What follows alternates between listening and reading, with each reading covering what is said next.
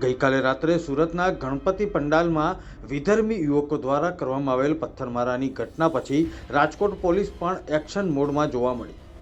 Police commissioner કચેરી ખાતે નાના મોટા મળીને કુલ અંદાજિત 360થી વધારે ગણપતિ ઉત્સવના આયોજકો સાથે મીટિંગ કરવામાં આવી અને કોઈ પણ વ્યક્તિ જો આવું કૃત્ય કરે તો તરત જ 100 નંબર પર પોલીસને જાણ કરવા અપીલ કરવામાં આવી. ગણપતિ મહોત્સવના અનુસંધાને રાજકોટ શહેર પોલીસમાં માન્ય સીપી શ્રી બ્રિજેજા સરના માર્ગદર્શન હેઠળ એમ તો અગાઉથી જે ગણપતિ મહોત્સવ અને ઈદના અનુસંધાને શરૂઆતથી પોલીસ સાથે, પોલીસના અધિકારીઓ સાથે, આયોજકો સાથે, પોલીસ સ્ટેશન વાઇઝ અને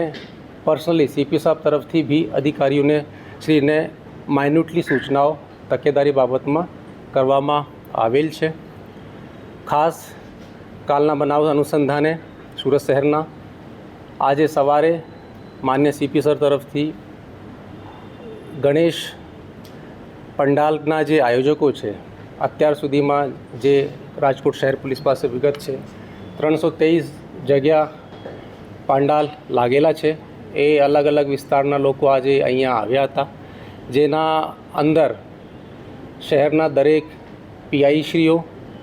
ડીસીપીશ્રીઓ અને સ્પેશિયલ બ્રાન્ચના અધિકારીઓ દરેકને હાજર રાખીને આજે માન્ય સીપી સાહેબ દરેકને ખૂબ જ નાની નાની સૂચનાઓ કાયદા વ્યવસ્થા બાબતમાં,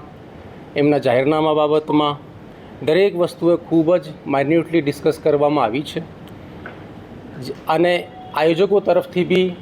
પોલીસને અમુક સુઝાવો ના કેવલ મંડપ બાબતમાં, સાથે સાથ વિસર્જન બાબતમાં અને સાથે સાથ જે ઈદનો તહેવાર આવે છે એના જુલુસ સંદર્ભમાં ક્યારે કોઈ જગ્યાએ ક્લેશ નહીં થાય, ક્યારે કોઈ જગ્યા કોઈ મનમુટાવ નહીં થાય, એ દરેક વસ્તુની ચર્ચા આજે માન્ય સીપી સર તરફથી કરવામાં આવી છે. અને એના સાથે સાથ જ્યારે એ આયોજકો સાથે મિટિંગ પૂર્ણ થઈ એના પછી અલગથી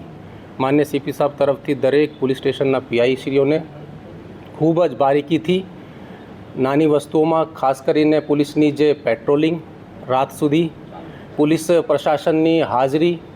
પોલીસ સ્ટેશન વિસ્તારમાં, ફિલ્ડ વિસ્તારમાં સતત રહેવી જોઈએ અને ડીસીપીશ્રીના અધિકારીઓ એમના વિસ્તારમાં રહીને,